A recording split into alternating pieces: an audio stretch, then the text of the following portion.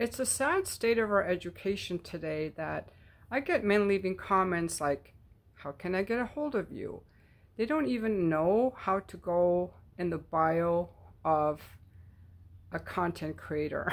Whether you're on Facebook or YouTube or LinkedIn or Amazon, you can always click on the bio of the profile to get more information. You can always click on the description of the video to get more information.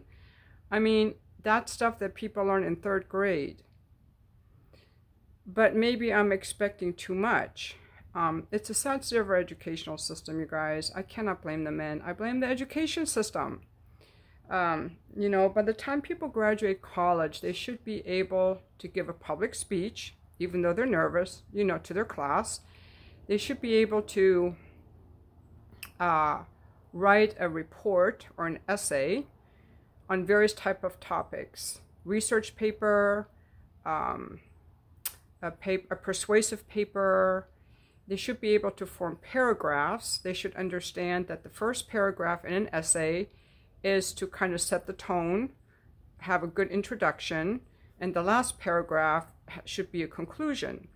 And the first sentence of every paragraph should be a summary of what's to come, so that you can kind of skim the paper and just read the first sentence of every paragraph to kind of get an idea, or just read the introduction to know what it's about. People should understand how to use a spelling editor, a word editor.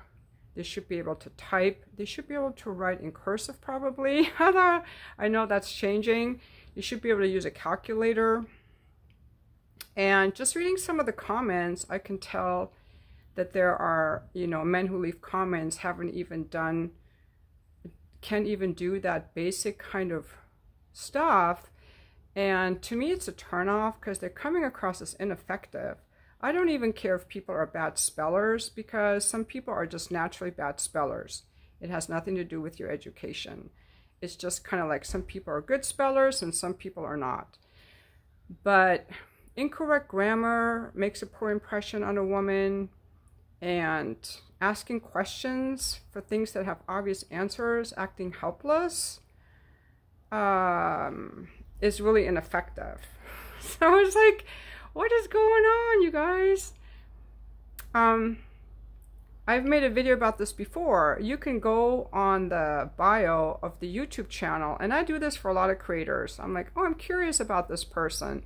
And most YouTubers either have no links to anything at all, or they'll have a link to their Substack, their website, their Twitter, their Rumble, their Odyssey, other ways you can get a hold of them. And some people don't want you to get a hold of them. Maybe they just have a website. On the website, they don't usually give their email. They don't want to be like run down by a bunch of fans, you know. They're usually don't want to be contacted unless it's like a business inquiry. People who want to be contacted, like women who want to be contacted by you, you're better off going on Instagram, because Instagram is a place where people go that want to be contacted, and you can go, I call it sliding into DMs. I think that's where people go when they really want to flirt. I think Instagram is really a lot of what people can use as like a dating app. I know that people connect through Instagram, message each other through Instagram, flirt through Instagram. I don't have an Instagram. So when my videos are more just like me talking, again, if you don't have the wherewithal to figure out how to go into the bio section of the channel, I don't really want to deal with you, frankly.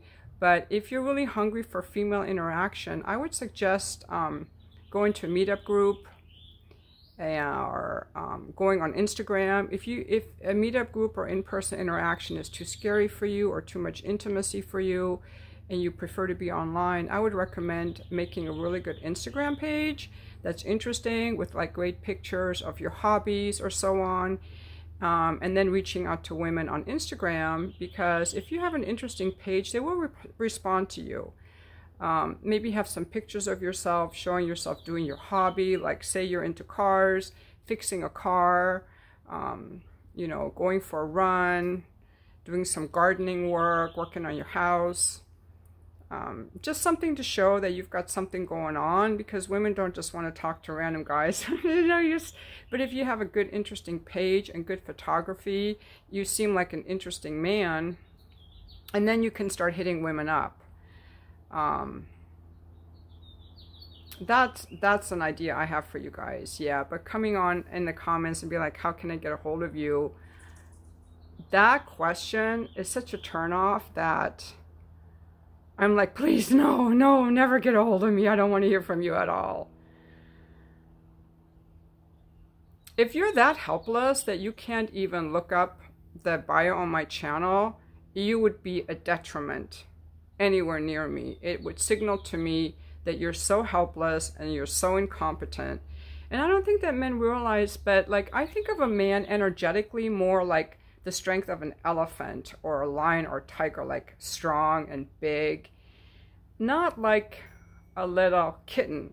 I think of women more as like little kittens. Maybe they're sweet and all, but a man, maybe that's not really right, but a man's like an elephant, and you want this elephant to be self-sufficient, effective, because an elephant that's lazy or that I have to take care of energetically feels like a drain. And these men coming to me wanting to know, like, how can they get a hold of me? They want something, and it just feels like draining. Like, you haven't even sent me a super thanks. You haven't even bought me a coffee. You're just, this is a turn off. And guys, those guys who leave really good comments, now I'm going to switch gears. The guys that leave really good comments, I love the guys that leave really good comments. But again, it's so interesting. The guys that are ineffective give me such a strong reaction that I want to make a video like, get out of here, you're turning me off. Whereas the guys who leave really good comments, I'll reply to their comments and thank them. But the positive response isn't high enough for me to make a video. And you might have noticed before that people will generally, if they get 100 good comments and one negative one, they will remember the negative one. And that's just part of our human nature, actually, that we register something negative stronger because it's a survival thing. We have to be very alert for negative things. That's kind of like our ancient survival brain. So those things will register more strongly. So that's why I make a lot of these videos like, no, I don't want that. Get away from me. It's just ineffective.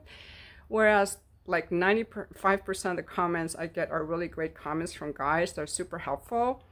And sometimes I do read those comments, but I don't have that reaction of, oh my God, this is such a great comment as much, because the ineffectiveness, repulsion feeling is much stronger.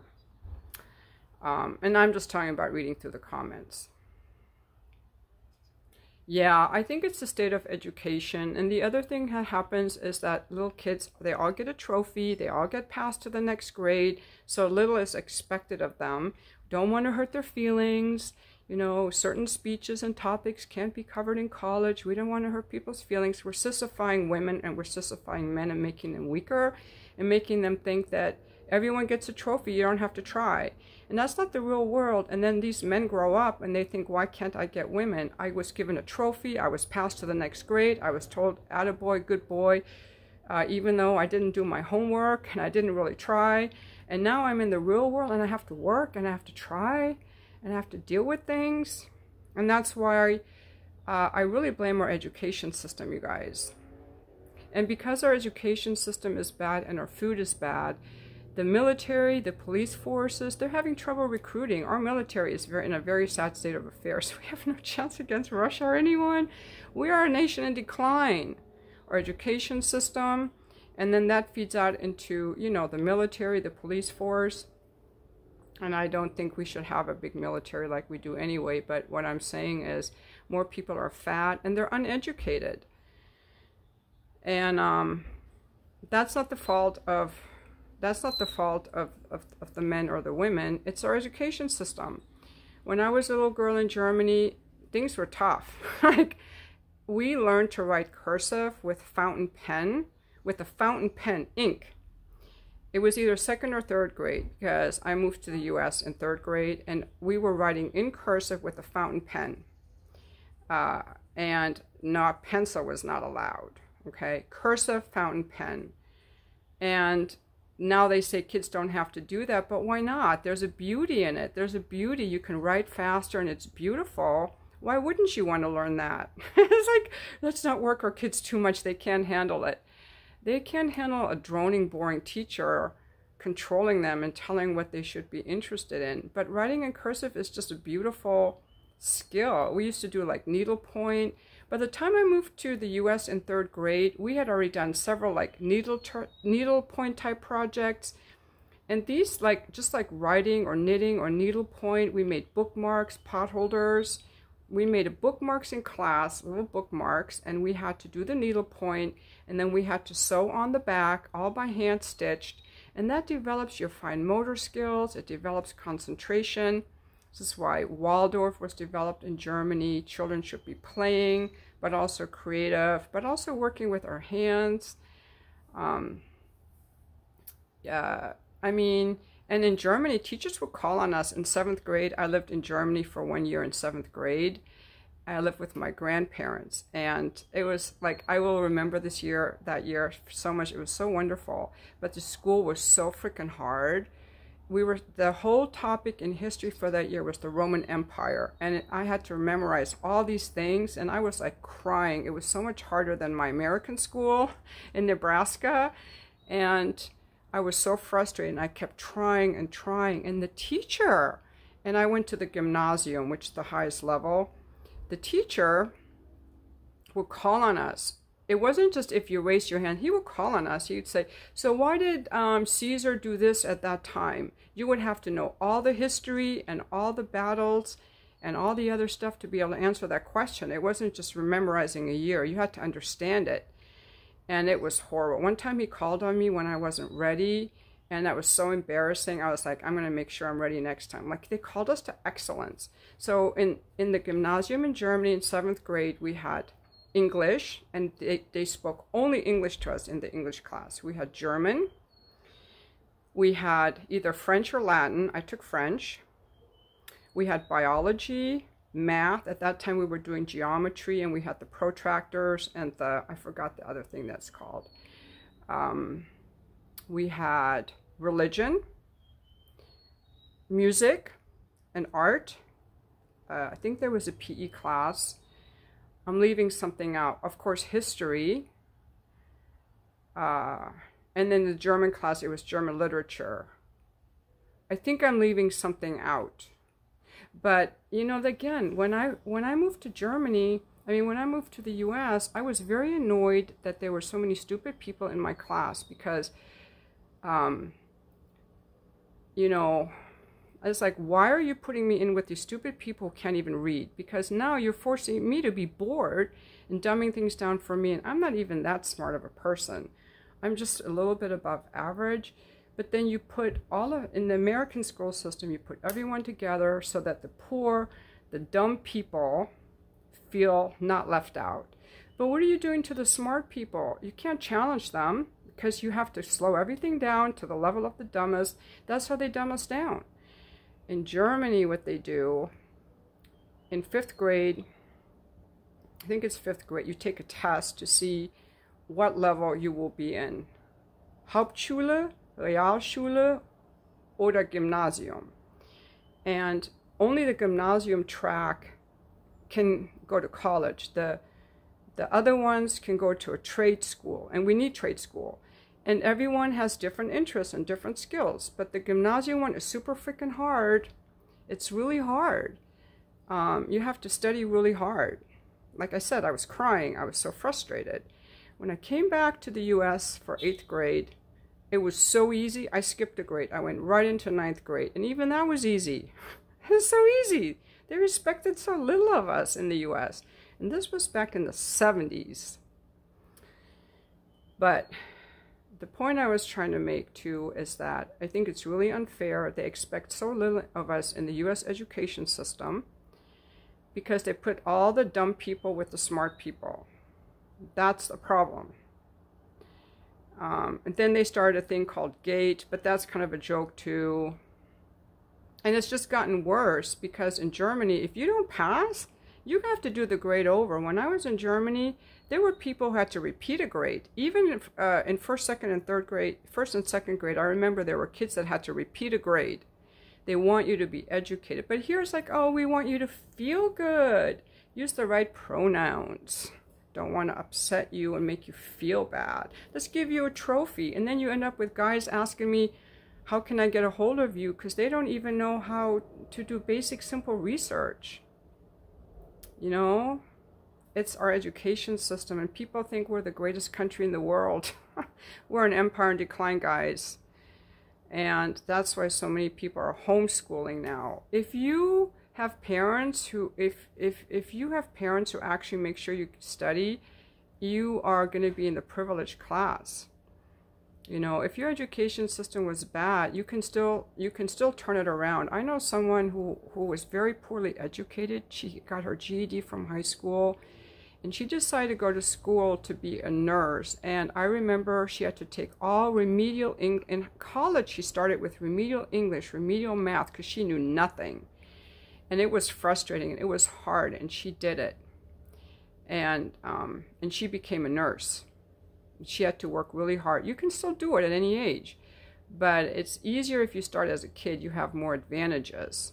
You know, like if you can already read by the time you enter kindergarten or first grade, that's already an advantage. But not all kids want to read, and that's fine.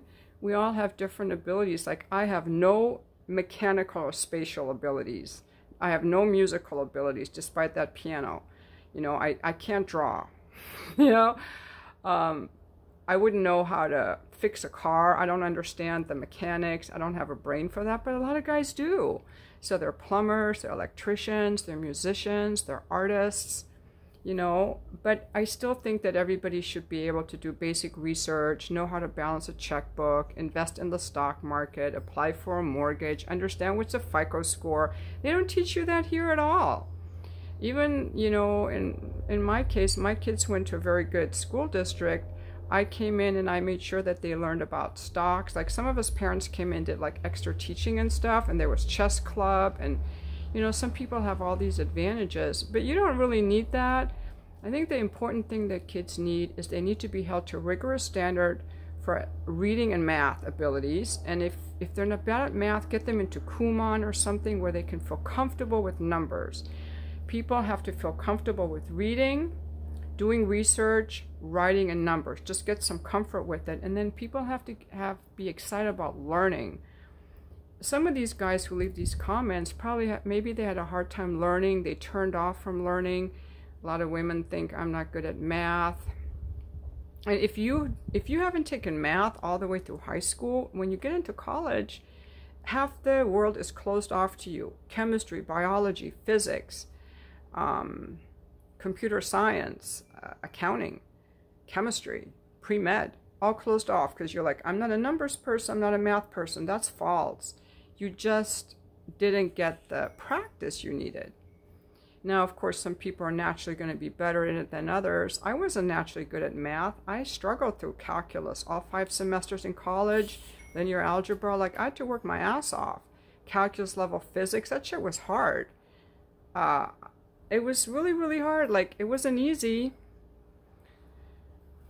But all that stuff helped me so I could learn to read financial statements and learn how to decide if I want to invest in stocks and be like, that's a bubble because there are no profits for this company. The earnings per share are in a bubble territory. Just see little basic things. So I think it's really important to have kids feel like they enjoy learning, and also to hold them to a high standard. And you know, when I hear guys go, well, how can I get a hold of you? You know, they're uneducated and they're ineffective. It's not their fault. It's not their fault they're ineffective. But I don't want to deal with that as a woman. Now you're a liability. You know, I mean, you have a dick, but I don't want your dick if you're ineffective. You're just a liability. See what I mean?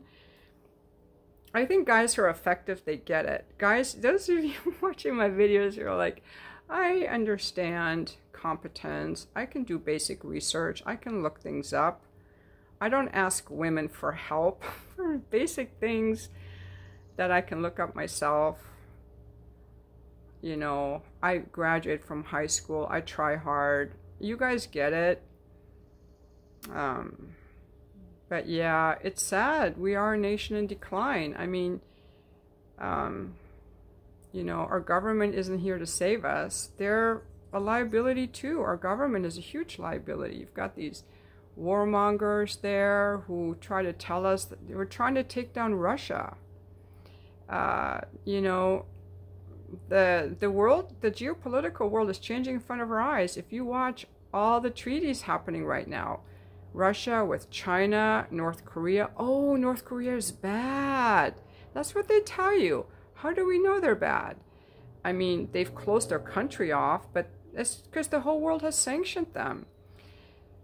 The US does this. If we can't control you, we're going to bomb you or we're going to sanction you. That's what bullies do, okay? We're going to bomb you or sanction you. And we've spent so much money on bombing and sanctioning. We've made so many enemies that, and we haven't focused on building alliances, and we haven't focused on our own internal affairs, our education, our infrastructure, our research and development, even companies here. When they have profits, they're not investing in new technology or expansion. They're buying back their own shares to make the bubble even bigger. So the only way out of this, you know, to turn our country around, we have to think for ourselves. I really highly recommend following some independent journalists that aren't on the main media channels, okay? Independent journalists, and just listen to them and see if any of what they say makes sense.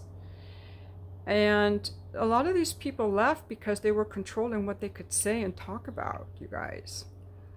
Or if the people are free talkers and they're telling you Russia isn't evil and trying to take over Europe, they're not allowed to come and be interviewed. Like these former generals that say Russia just didn't want the U.S. weapons on its border in Ukraine because the U.S. was building up a military in Ukraine for years.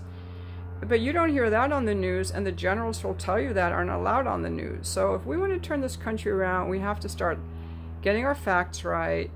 We have to think for ourselves, and we have to, you know, be somewhat educated.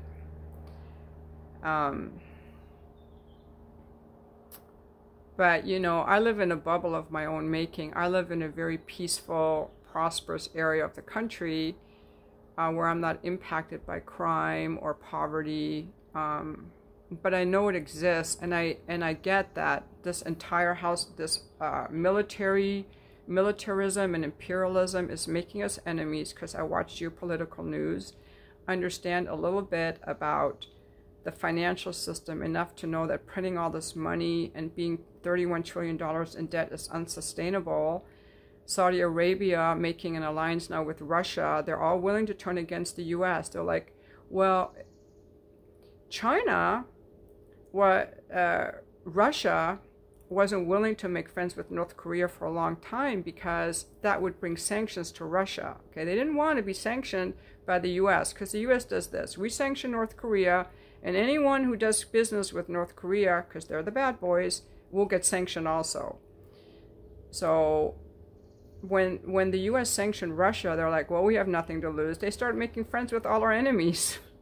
And now, are these really bad people? Or aren't we the bad people? Because we're the ones going around bombing everyone. We're the ones, we've done 77 coups, we've overthrown governments, and we've sanctioned so many countries. And not only that, now we're destroying the dollar by freezing assets of countries we don't like. And Saudi Arabia is like, are we next?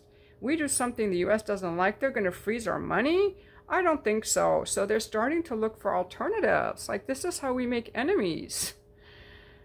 As part of being educated is understanding how to broker peace deals, how to do diplomacy, how to build our country stronger through alliances, not through force and brutality and bullying.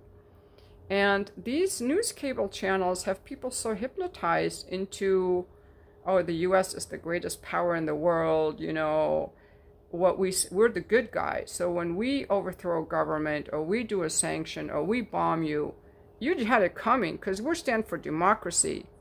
Well, how's that democracy working out when we're bombing Gaza? You know?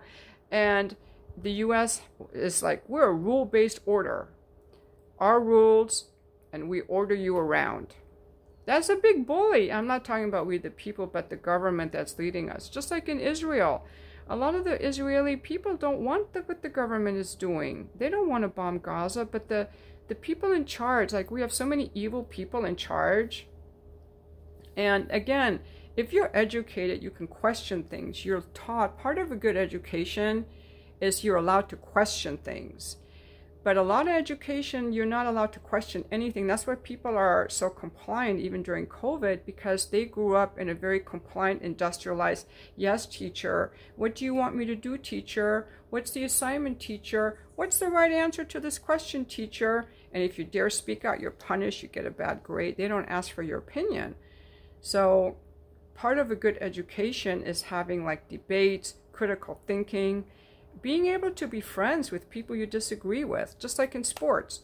In sports, one team wins and one team loses. It's very obvious, and there's a lot of money at stake and careers at stake. What do they do at the end? Do they fight each other, call each other names? No, you're a good team player. You shake hands with your enemy, with your opponent.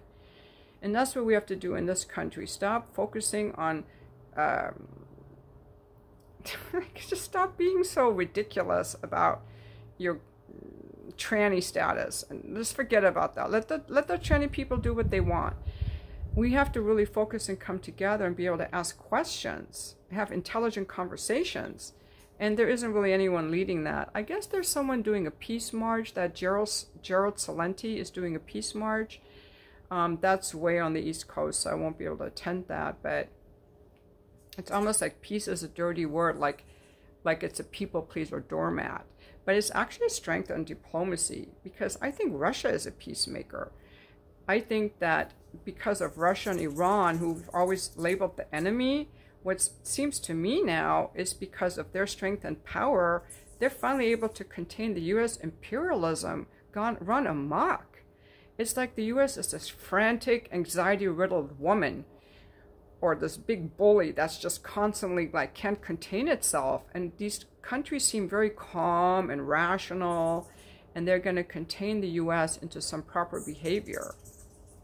The geopolitical and financial landscape is shifting. And all of you guys in the stock market and real estate market, if you don't understand that $31 trillion in debt is unsustainable and the whole system is going to implode and your dollars will be worthless, I want to understand why you don't think that will happen. We just don't know when. But again, it requires education, you know. And one of the first things I noticed when I came to the U.S. that we don't do in Germany, we don't pledge allegiance to the flag in Germany ever. So the Americans are very brainwashed into thinking that they're so perfect. You know, in the history books, they talk about the Indians, Pilgrim Thanksgiving with the Indians, but they never tell you how we killed them. How we gave them diseases, smallpox and everything, and how we killed them and put them on these reservations and starved them out from any access to ports or a rich agricultural land. They should have given the Indians Iowa, or, you know, a big plot on the coast on Texas by a port. They didn't. They, you know, we don't ever talk about the real history. We don't want people to know. But you have to pledge allegiance to the flag. You have to pledge your heart to the flag. And I came home, I told my mom, I don't want to do that. I don't want to pledge my heart to a flag or to an idea.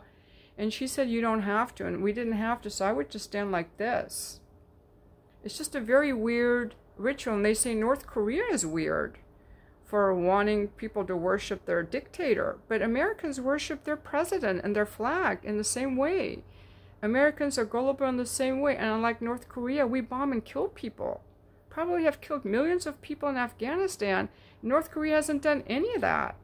Yes, they're controlling their people, but the U.S. controls us too through propaganda, and they spy on us. I mean, we do have free speech, but it only goes so far. Look what happened on the college campuses. Look at what happened during COVID. This free speech only goes so far, you guys. If you have too much free speech, they'll come after you.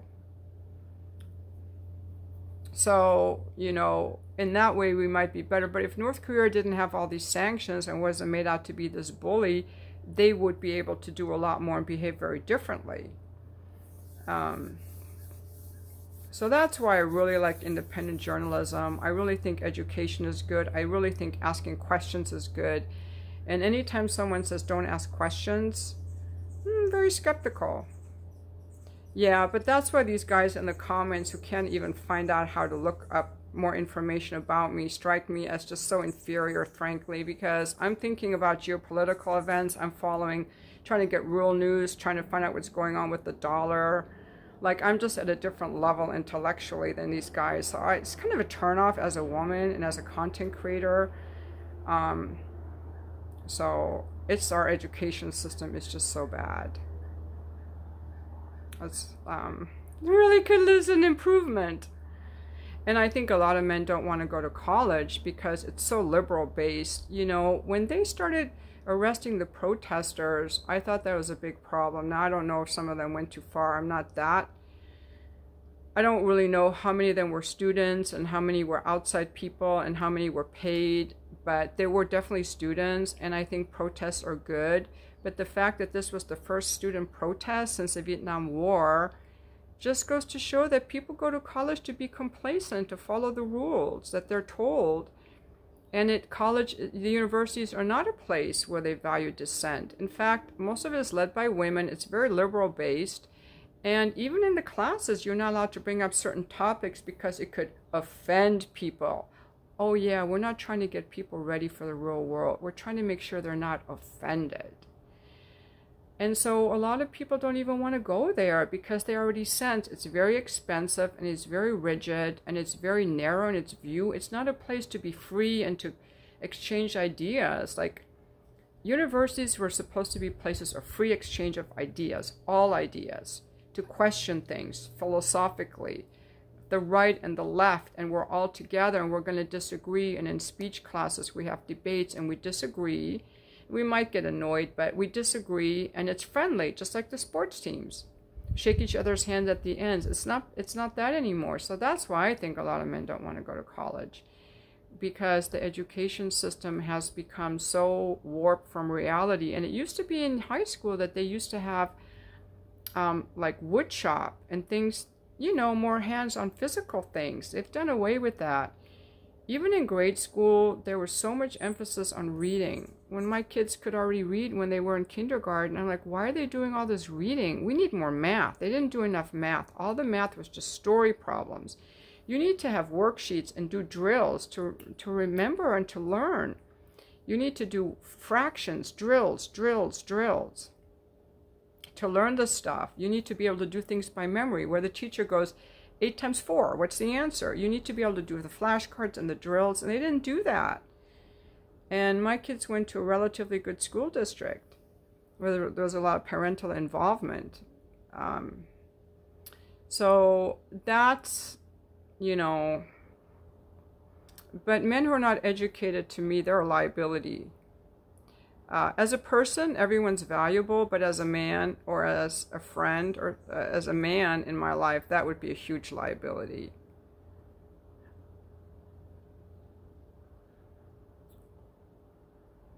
So if you find yourself as a person who's not educated, you can do something about it. So I encourage you to do so. Same way for the people who can't speak English. We're not doing people any favors by translating into other languages.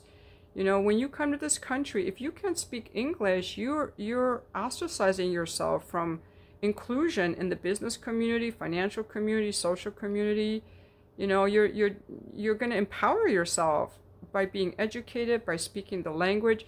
My grandfather, when he was in his 70s, was teaching himself German and English. My Iranian, Persian grandfather. He always wanted to learn.